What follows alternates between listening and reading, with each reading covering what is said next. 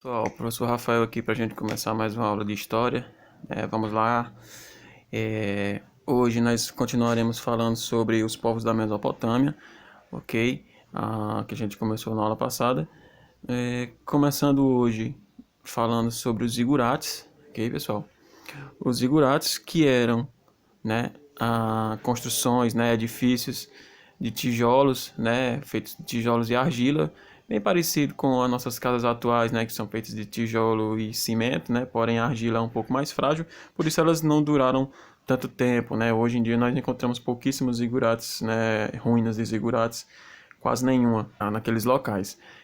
Os zigurates eram edifícios religiosos, okay, que serviam para cultos, mas também serviam para observar o céu e as estrelas, além também de servir como depósito para guardar os cereais, né, que eram o trigo, né, o milho que eles plantavam.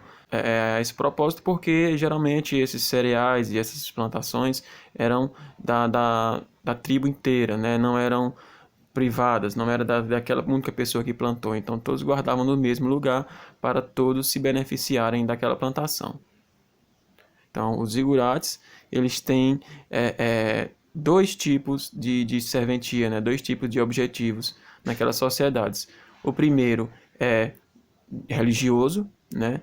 De culto e de observação das estrelas, né? Que eram a principal parte da religião deles, observar a natureza, as enchentes dos rios, e também significado social, né, de guardar os cereais, né, da comunidade, e também de biblioteca, né, para guardar os escritos, né, o que é que o homem tenha feito e desenhado. Então eram prédios que tinham duplos significados, né.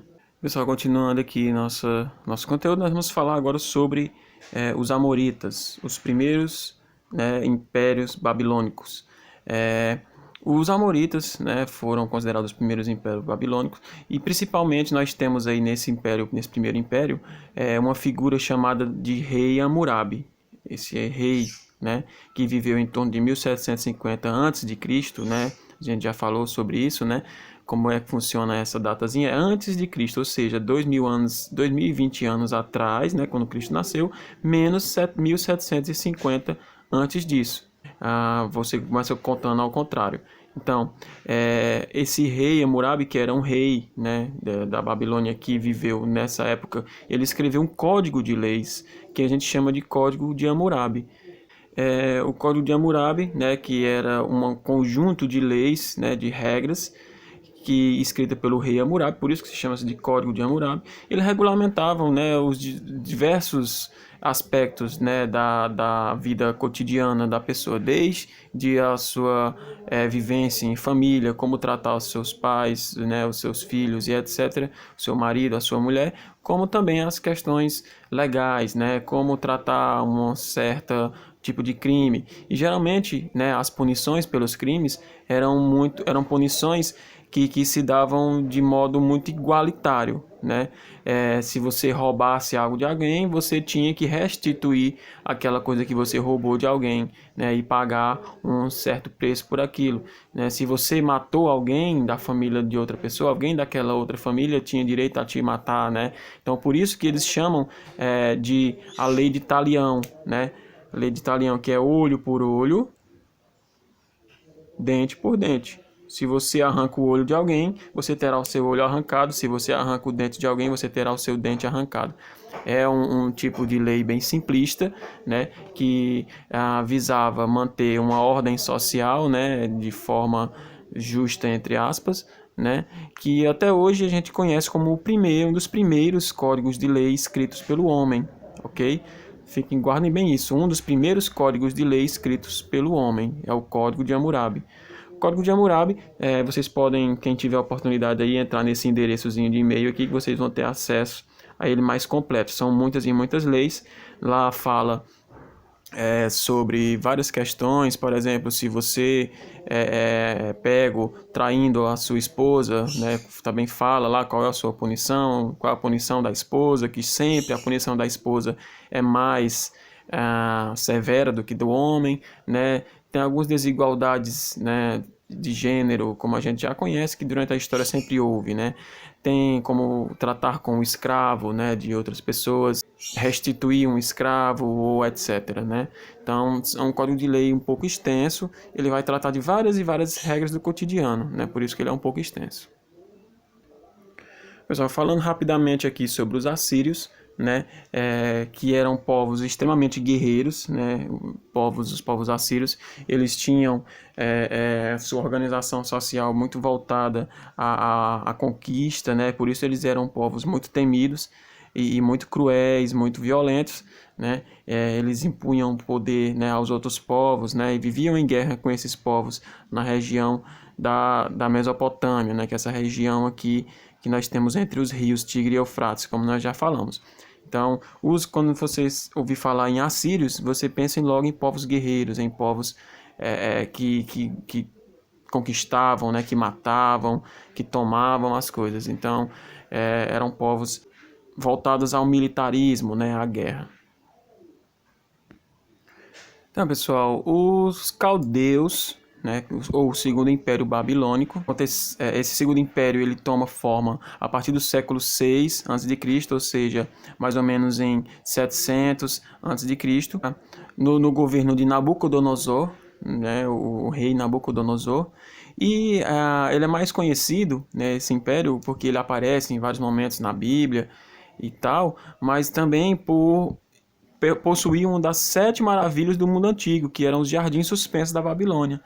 Eles eram compostos de 4 terraços de tijolos que se erguiam sobre o rio Eufrates e eram repletos de árvores e flores. Então, é um jardim porque foi plantado, né? Ele foi construído.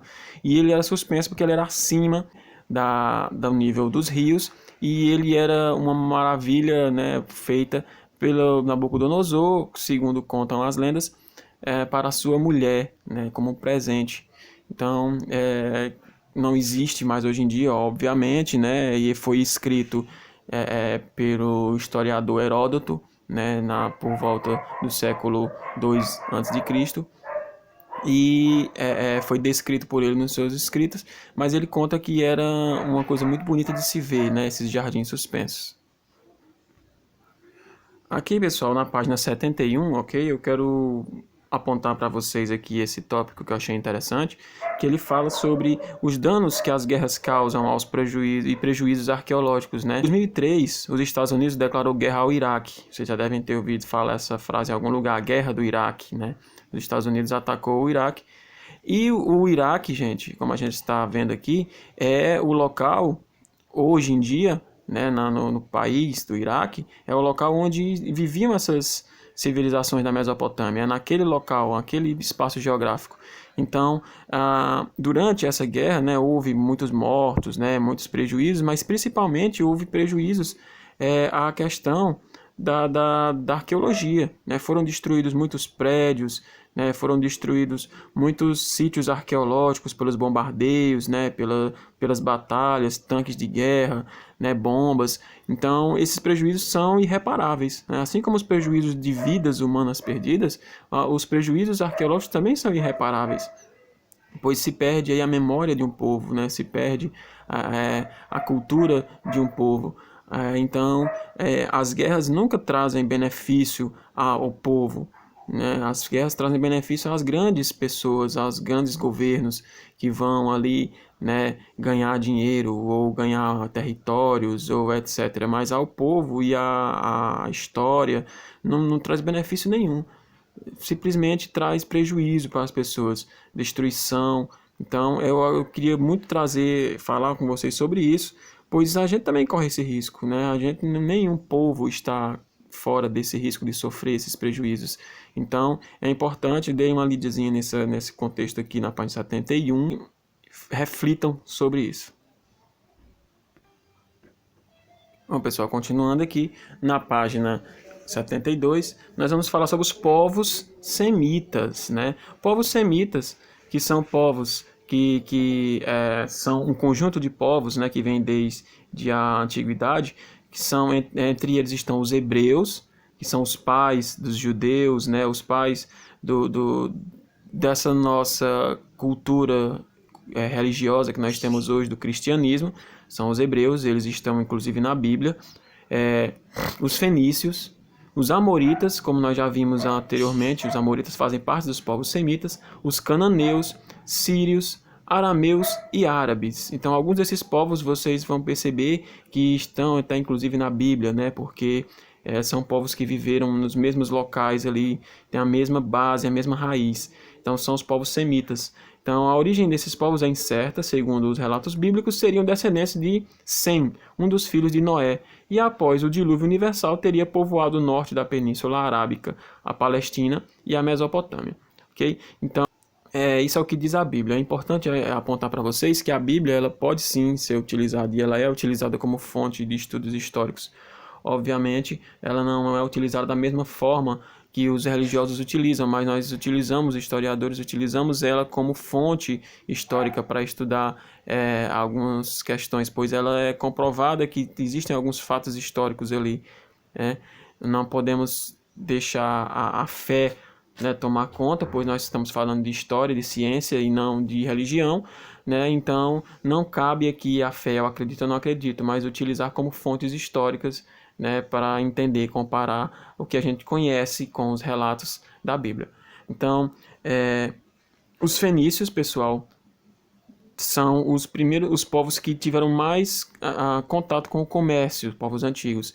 Esses povos fenícios, eles viajavam, né, eles tinham tecnologias dos barcos, desenvolveram as tecnologias de navegação, né, dos barcos, e eles viajavam, né, com esses barcos ao redor dos mares e rios, faziam comércio com pessoas, né, por todo a Mesopotâmia. E também há relatos, né, de que eles chegaram até aqui às Américas, né, milhares de anos antes do nosso amigo Cristóvão Colombo descobrir a América, né, Américo Vespúcio, Pedro Álvares Cabral. Milhares de anos antes eles já tinham chegado aqui, né, com seus barquinhos, né, que não eram barcos feitos para mar aberto, mas eles tinham conseguiam seguir as costas dos rios e dos mares e chegar até aqui. Então é interessante notar que os fenícios eles também foram o primeiro povo a desenvolver uma espécie de alfabeto organizado, ok?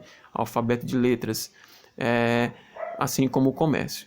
São essas duas principais fontes, principais características dos fenícios.